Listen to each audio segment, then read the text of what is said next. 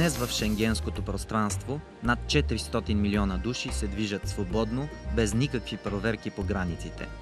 Всички страни, членки на Шенгенското споразумение, имат общи правила в областта на визите, миграцията, убежището, както и мерките, свързани с полицейското, съдебното и митническото сътрудничество.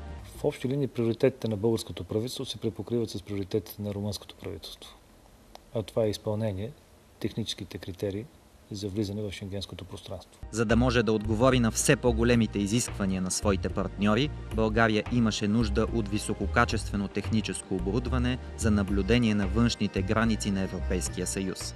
Направихме купуване на техника, която всъщност е техника, която покрива изцяло критериите. 4 съвременни хеликоптера са натоварени да следят и проверяват външните граници на Европейския съюз, границата по Черно море и границите с Турция, Сърбия и Македония. Министерството на вътрешните работи на България полага грижи за отстраняване на последствията от корупцията. Постоянен системен подход и нулева толерантност към подобни корупционни практики и схеми.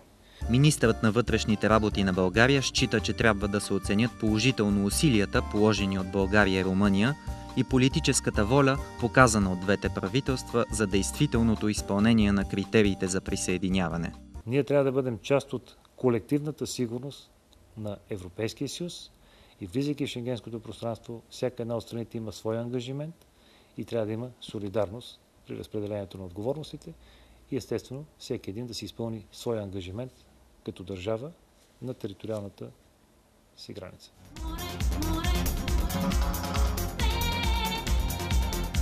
Hey!